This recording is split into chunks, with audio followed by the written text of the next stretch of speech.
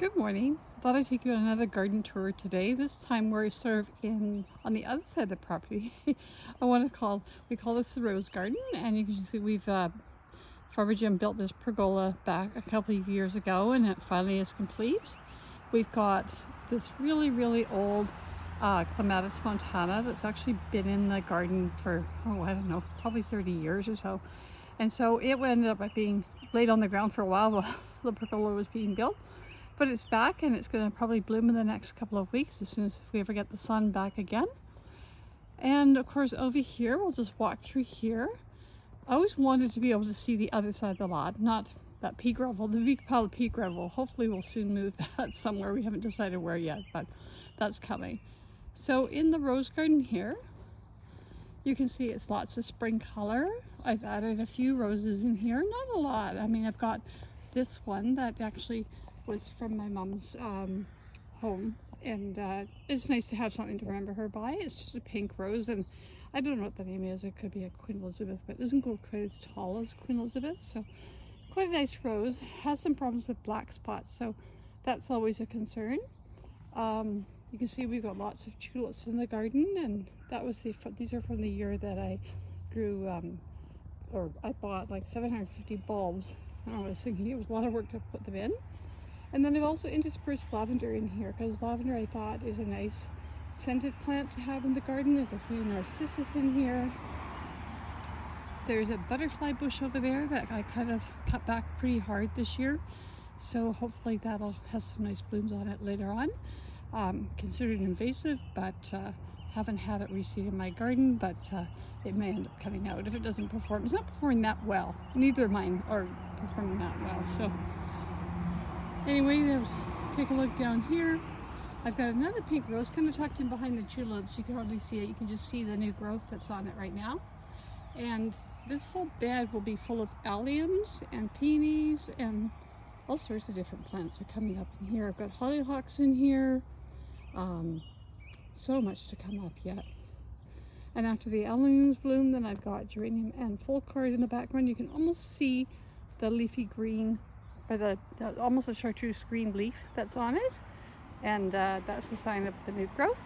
And it looks really lovely in the summertime, because it kind of clambers along. As you can see, this is an empty spot, so this is where I need to dig out the Centaurea montana, which is a bug in the garden.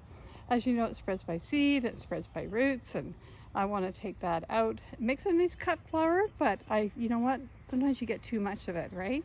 So maybe it's something I should put in a pot, and that's it. There's a little bit of leopard's bane in the garden here. You can see the first yellow daisy starting to come out on this side, and I've got some phlox in here. And then we've got another big rose. This is one of Brad Jalbert's roses, and I believe this one is Dawn. So it's a pale pink rose. Lovely plant. Oh no, it's called Dylan Rose. Sorry, just saw the tag at the bottom here. Get them confused sometimes. And I haven't seen too many pink roses, so I'm not sure what to do. So you can see I've just surrounded these tulips. I've put heuchera kind of along the border. I haven't cleaned up a lot, but just a bit in here. I do still have some mahebes in the back there. All the leaves went brown with some winter damage, but they look like they're starting to re-leaf again along the lower stems now. So that's good. And there's a ton of sweet william in here as well. So that's that side of the garden. We'll slowly move here. Then we put in this bird bath. We've had this bird bath for a long time. It just was a matter of just doing some repair work on it. So I've just circled it with some pansies and some hebes right now. I'm not sure what I'll put in there for the summer. Maybe some marigolds or geraniums. I haven't decided. You know, there's so much to decide, right? So let's take a look over here. Then I've got more tulips and hebes. I try to continue with the same kind of plants on both sides. So on this side there's 3 roses in here. This may be the Dylan Rose right here. And then I've got, of course, lots of spring bulbs. I love spring color. And then there's a whole border of lavender. About every 3 feet I've got lavender in here. So I love lavender. Its blue flowers are really nice for bouquets. Then we've got this rose, Life of the Party. Now it suffered badly from black spot, and it's probably my fault, because you really shouldn't plant a rose in the same spot where there were roses before. But I took that chance, so I'm going to have to deal with that at some point. I'm not sure what to do with it besides keep, sanitation is really key when it comes to black spot. And then I've got this one, a few more bulbs here, little tiny lavender plants. I do a lot of cuttings.